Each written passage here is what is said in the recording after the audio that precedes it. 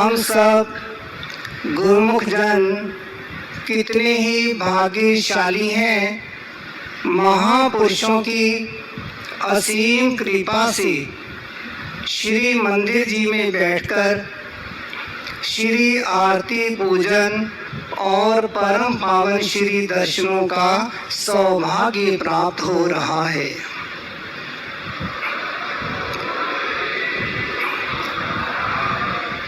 प्रेमी अपने हृदय की भावना को प्रकट करता हुआ कहता है, मथुरा, काशी और अयोध्या तीर्थ बड़े महान हैं। हरिद्वार में गंगा बहती, ऊंचा उसका नाम है। हज करे कोई तीर्थ जाए, पढ़ता वेद पुराण है।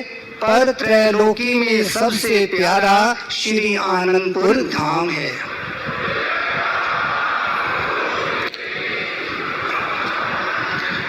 बरस रहा भक्ति का अमृत, इस दर पर आठों याम है। सुंदर सिंहासन पर विराज रहे, यही भक्तों के भगवान है।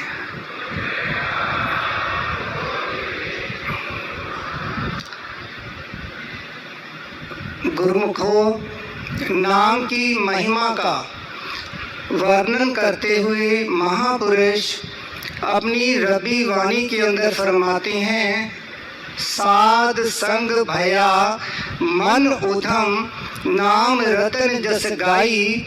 मिट गई चिंता सिमर अनंता, सागर तरया भाई। जब जीव को पूर्वले शुभ कर्मों के फल स्वरूप संतों महापुरुषों के पावन श्री चरण कमलों में आने का सौभाग्य प्राप्त होता है, तो महापुरुष सच्चे नाम की दौलत प्रदान करते हैं और नाम का सिमरन करने के लिए प्रेरित करते हैं। नाम का जाप करने से जीव के सब कष्ट कलेश दूर हो जाते हैं और जीव नाम और भक्ति की कमाई करके भव सागर से पार हो जाता है। हमारे दिलों के बादशाह श्री पंचम पातशाही महाराज जी अपने वचनों में फरमाया करते थे, दुनिया में हर एक इंसान सुख और शांति का तलबगार है, पर मिलता नहीं उसे सुख। वह दुख और गम से बेजार है। सही मायनों में उस गुरुमुख के दिल में खुशी समाई है, जग की तृष्णा छोड़कर जिसने नाम से लिव लगाई है।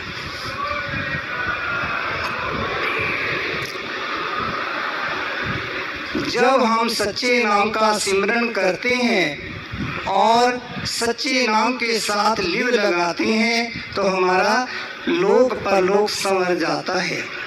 एक बार की बात है, हमारे हृदय सम्राट श्री श्री 108 श्री तृतीय पातशाही महाराज जी ने किसी गांव में कृपा फरमाई, तो वहाँ पावन प्रवचनों में नाम की चर्चा हो रही थी। श्री गुरु महाराज जी ने पूछा, कौन कौन नाम जपता है और कौन कौन नहीं जपता। किसी भगत जी ने कहा, महाराज जी, मेरे पास तो समय ही नहीं होता, मेरे पास तो बहुत काम होते हैं, मैं कब और कैसे सिमरन करूं।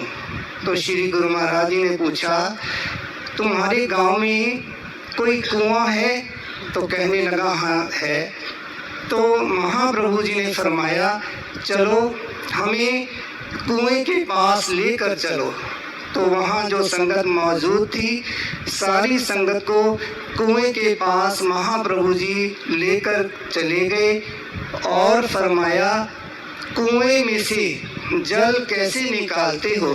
तो भगत जी ने कहा, बाल्टी और रस्सी की सहायता से।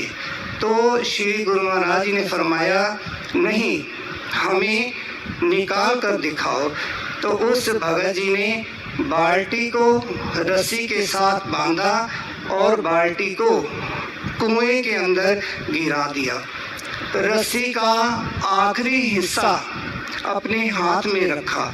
श्री गुरु महाराज ने फरमाया, इस आखिरी हिस्से को क्यों पकड़ा हुआ है? तो भगत जी ने कहा कि अगर रस्सी के आखिरी हिस्से को छोड़ दिया तो बाल्टी डूब जाएगी और पानी भी नहीं मिलेगा।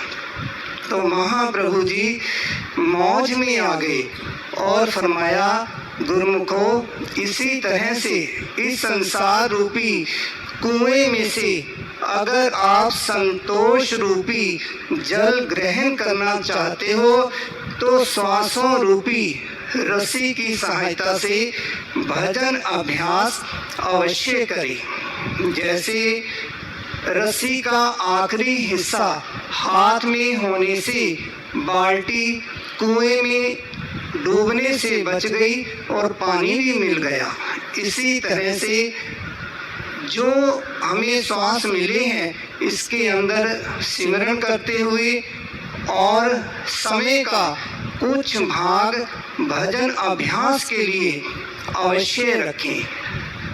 प्रभु नाम का सच्चा तोषा ही परलोक में साथ निभाएगा। जो यह तोषा लेकर जाएगा वही प्राणी प्रभु को भाएगा।